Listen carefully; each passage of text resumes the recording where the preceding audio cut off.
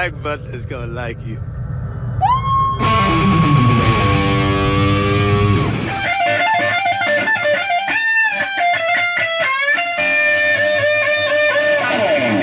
Well, hello there, and welcome back to yet another installment of Rapid Licks. Alright guys, today is the day we are finally going to meet the devil at the crossroads at midnight and sell our souls for some Steve Vai guitar playing wizardry. What I mean by that, of course, folks, is today we are going to be taking a look at the wild solo Steve Vai laid down as his character Jack Butler in the 80s gem of a movie, Crossroads. If you haven't seen the movie Crossroads, I highly recommend you check it out. It's pretty cheesy. It's got your classic 80s cheese in there. You've got, of course, Steve Vai playing the character Jack Butler, who we're interested in here. And opposite him is the protagonist, which would be one Ralph Macchio, the Karate Kid. That's right.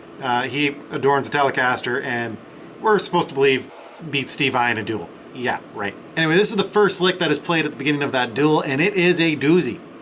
Wait, you mean you haven't seen that video? You don't know what I'm talking about? We better fix that.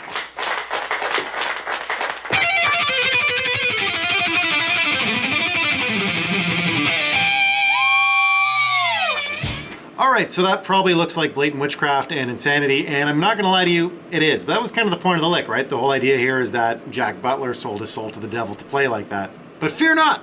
We're going to break this lick down. I'm going to show you kind of the mechanics of how this works, sort of what Steve Vai is doing, and with a little bit of patience, you too will be shredding this sequence. Alright guys, so a few things we should take care of just before we get going with this lick. First things first, we're going to do everything in standard tuning. No surprises there. As far as the scale we're going to be using, Steve Vai uses the A minor scale for this entire lick or run pretty much. You're going to find some passages feel a lot like kind of D minor pentatonic, but the actual scale being used is A minor. So if you're not familiar with A minor and you're thinking D minor pentatonic and are kind of going, where are these notes coming from that aren't in that scale? They're from A minor. And don't worry, this all makes sense, of course, because the D minor pentatonic scale is within A minor, but that's some theory, and that's for another video. One thing I will say, when we're playing this, I want you to pay attention to your picking. Steve Vai generally doesn't like doing string changes after certain strokes. So if he's moving kind of up the fretboard towards the lower notes, he generally likes to do a string change on a downstroke. If he's going down the fretboard, he likes to do his string changes using upstrokes on the next note. Keep an eye on that as we're playing. It's going to make a lot more sense as we go, and it'll seem a little bit more intuitive and obvious. If you're really interested in getting into the mechanics and how Steve Vai thinks when he plays, I highly recommend you check out Troy Grady's Cracking the Code. He's got a really cool video on this particular sequence where he talks about the mechanics and getting your mindset into what Steve would be playing. He doesn't really tell you how to play the lick, but he'll tell you the mechanics of how all this stuff works. But if you want to learn a lick, stick around. As far as tones go today, this is the most Jack Butler looking guitar I've got. This is my old 1990 Yamaha RGX. And I'm just going to be playing this through my Blackstar HT50, and you're going to be getting audio, of course, right through this camera and this mic. Anyway, enough blabbering. Let's get playing. Okay, not going to lie to you, yeah, this lick is hard. I'm going to play through it one time slowly just so you guys can kind of see how it should look and sound. And I'll try and play it with the same mechanics I think Steve uses, all right? Okay, here we go.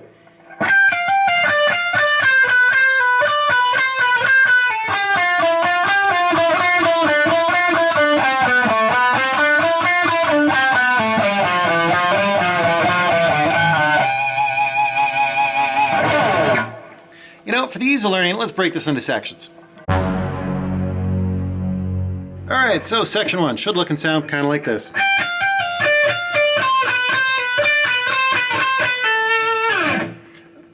Got it? Okay, so starting off the section, what I want you to do is, again, we're thinking A minor. Start off on the 15th fret high E string, pick that with the downstroke. And remember, this is all alternate picking, so try and start new strings with downstrokes, okay? And if we're moving higher up in the register, start a new string with an upstroke. That's kind of the mentality Steve Vai uses for this. It'll help. Anyway, so starting off, we're going to be doing 15th fret with a downstroke, upstroke on the 13. After that upstroke, hammer on and pull off to the 15. Kind of like that, so we got this. Okay, then what I want you to do is with a downstroke, grab the 15 on the B, and then come over here and grab the 13 on the E, and that one is done with an upstroke. So altogether we have this. Now what I want you to do is come over here and grab with the downstroke, because we switched strings, the B string 15th fret,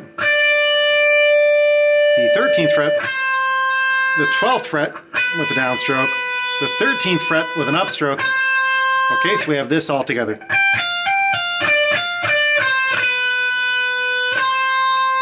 Okay? Then off that 13, what I want you to do is pull off to 12. Just like that. So this is what we have. Then from there, what I want you to do is grab the 15th fret on the B string with the downstroke, upstroke to the 12, downstroke to the 13, upstroke to the 12. Okay, so all the way up to that point, here's what we have.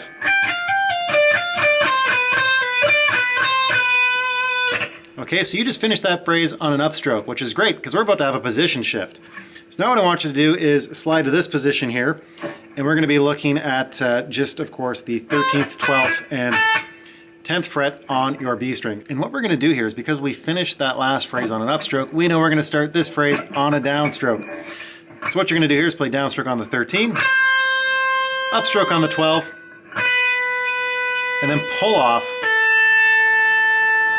like that back to the 10. Okay, so we've got this. Okay, so all together, up to that point, the phrase will look like this.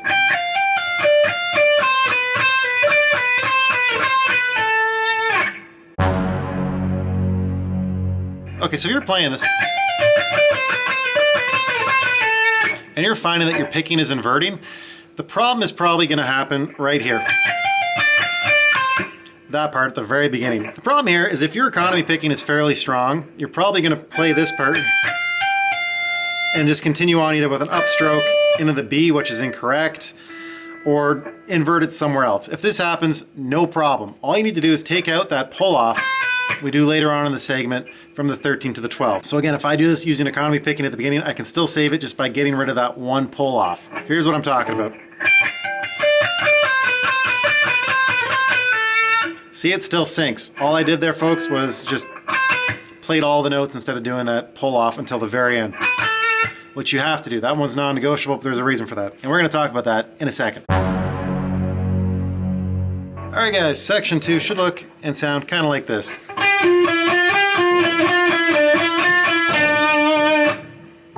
Okay, got it? Perfect. All that's happening here, since we ended our last phrase from section 1 on an upstroke, we know that if we're going to do a string change, we need a downstroke. So what you want to do here is start this phrase off on your G string, downstroke on the 12, and we're doing this all alternate picking, all right? So just up, down, all the way through, and I'm just going to call out the notes. Okay, so we're starting this off with a downstroke on your G string on the 12. You're going to go to the 10, 9, 10, 12, 10, 9, okay? Now, this is kind of a really common Steve Vai pattern, this sort of thing, and you can already count it out. That kind of movement, kind of like a seesawing movement, those are 7 notes. So 1, 2, 3, 4, 5, 6, 7. Steve likes to stack these. This is kind of his trademark, or one of his trademarks to his sound. Anyway, this phrase starts off with one of these 7s runs. So of course we've got this entire phrase up to this point, which is... And that ended on a downstroke, so we can't do a string change. So what Steve does is he does a position shift, and starting on upstroke does another set of 7s, which equals 14 notes, which is now even, and gives us a downstroke for the string change on the next one. Okay, so here we've got this. Position shift. Now what we're going to be doing is 10, 9, and 7, but starting on an upstroke, because we just finished on a downstroke. So, okay, so 7 plus 7. Now this should end on an upstroke. You'll know you've done it right if it ends on an upstroke. So starting on a downstroke from the very beginning, it looks and sounds like this.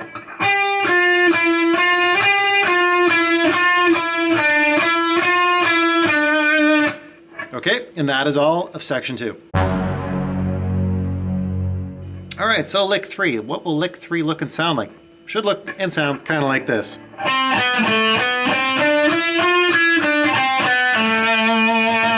So to start this off, we know that section 2 ended on an upstroke, so that indicates we're probably going to be doing a string change, which we do. We're going to start this one off now, right here on the 10th fret of your D string, and with a downstroke, because we just finished on an upstroke, we're going to go alternate picking on the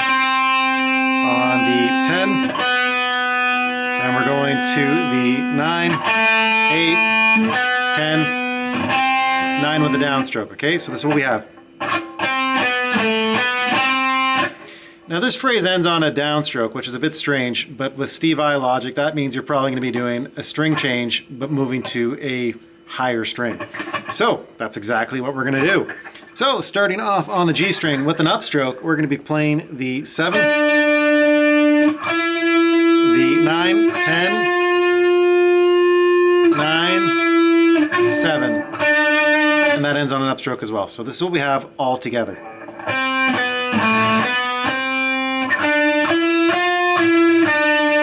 Okay, now beyond that, you notice that we just finished that off, of course, on an upstroke. We're probably going to get a downstroke, so string change. We're going to jump onto the D string again, and we're going to play right here the 10 with a downstroke, upstroke on the 9, and pull off back there to the 7. Okay? And you notice with the pull off, that leaves you still with an upstroke, which is important and will make sense for the last section. So that entire section up to this point, played together slowly.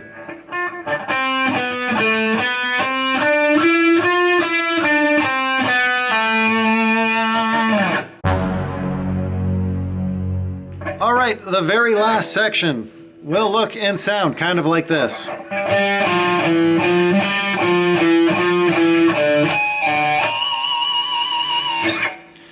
Okay, so of course we ended up finishing the last section there with kind of an upstroke and a pull off. So we know the next one is going to be a downstroke. So we're going to do a string change onto a lower string, and we're going to keep running down this pattern, but now we're starting on a downstroke. So we're going to start downstroke right here on the 10th fret of your A string, and we're just doing alternate picking through this, folks. So just downstroke and then just up, down, up, down, up, down, all the way through. So we're going to do 10 on the down, then we're going to hit 9, 8, 9, 10, 9, 8. Okay, so that's the first bit of this this phrase. So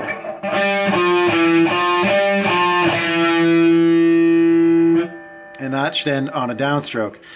Now, of course, we know we've got to have an upstroke, but we're going to have a position shift. So now we're going to be doing this position here, which is just 5, 7, and 8. But we did this. Since we ended the last phrase right here with a downstroke on the 7th fret, what we're going to do is continue this now with an upstroke on the 8th and keep moving down. So 8 with an up, and then alternate picking.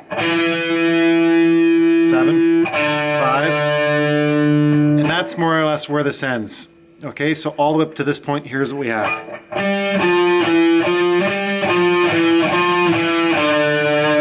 So you ended this on an upstroke, which is great because the next piece is this. Right?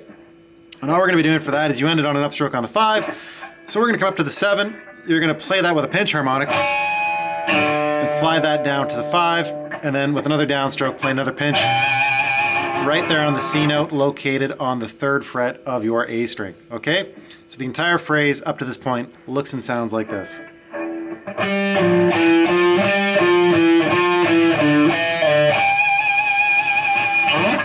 Nailed it. Alright guys, so the entire thing played together slowly should look and sound kind of like this.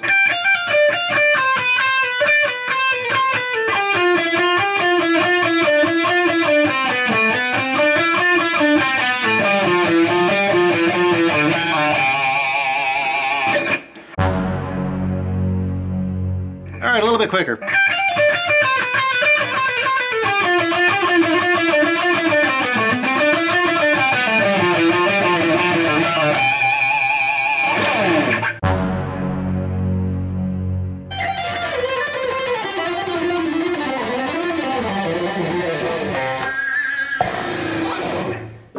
Alright, there you have it. One Steve Vai, 80s Jack Butler Crossroad lick, and you didn't even need to sell your soul to learn it. Anyway guys, I hope you enjoyed this lesson. Obviously, as you can see, using some of Steve Vai's devices and picking mechanics, it's not complete witchcraft. Actually, it still kind of is a little bit, isn't it? Yeah. But anyway, it does help make sense of what exactly he's doing and how he's able to play at that speed, make these sounds, and still have that wild picking accuracy. Anyway, again, I hope you enjoyed the lick. This is all I got for you guys today. If you did learn anything or enjoy it, please make sure you hit like and subscribe and help this channel grow a little bit. And as per usual, just keep on shredding, and we will talk to you in the next video. Bye for now.